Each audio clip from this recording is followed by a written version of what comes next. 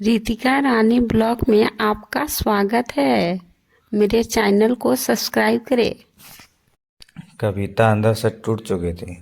एक दिन उसने सबके सामने मायके जाने की इच्छा रखी तो राज उसे तुरंत मायके छोड़ आया, जैसे कि वह भी यही चाहता था। लेकिन राहुल को उसके साथ नहीं भेजा गया।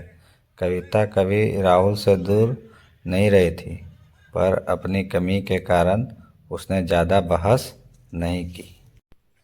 कविता को लगा कि वह 3-4 दिन वहाँ रहेगी तो थोड़ा हवा पानी बदल जाएगा, क्योंकि वह कितने दिनों से कहीं भी बाहर नहीं गई थी।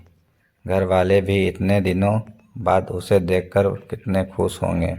कविता के घर पहुंचने पर सब लोग बहुत खुश हुए।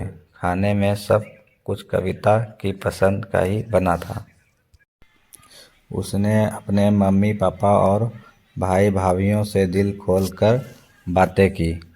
उनके छोटे छोटे बच्चे भी बुआ के साथ घुल मिल गए थे। रात को सोने के वक्त जब वह कपड़े बदलने लगी तो उसे पता चला कि उसका बैग तो बहुत भरा हुआ था। वह सब समझ गई थी। वह बहुत उदास हो गई। कुछ दिनों तक तो सब ठीक रहा, फिर जैसे सब बदलने लगा, सबका व्यवहार बदल रहा था। वह लोग जैसे थक चुके थे उससे। सब लोग घुमा फिरा कर पूछने लगे कि राज कब आ रहा है उसे लेने जाने। वह बहाना बना देती, जबकि वह जानती थी कि उस घर में अब उसके लिए कोई जगह नहीं। कविता चलते वक्त कुछ न कुछ नुकसान हो जाता। थोड़ी बहुत टोका टाकी उसे सुनाई देती, वह टाल देती। एक दिन उसके हाथ से लगकर कीमती फूलदान टूट गया। छोटी भाभी ने बहुत हंगामा मचाया। कविता के माता पिता रोज रोज के झमेले से तंग आ गए थे। उन्होंने राज को खुद से फ़ोन कर दिया। राज कविता को अपने घर ले गया। कविता को अपने परिवार वालों से उम्मीद न थी। जिस कविता के कहे बिना घर में एक पत्ता भी नहीं हिलता था, उस घर के लिए वह अब बोझ बन चुकी थी। राज के साथ ससुराल आते वक्त वह बहुत खुश थी, क्योंकि वह अपने घर जा रही थी, अपने जिगर के टुकड़े राहुल के पास। परंतु यह खुशी भी कुछ पल की ही थी। सारा बंदोबस्त पहले ही किया हुआ था।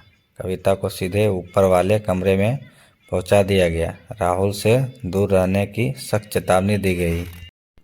एक काम वाली लता को उसकी जिम्मेदारी सौंपी गई, जो उसके खाने पहनने जैसी ज़रूरतों को ध्यान रखती।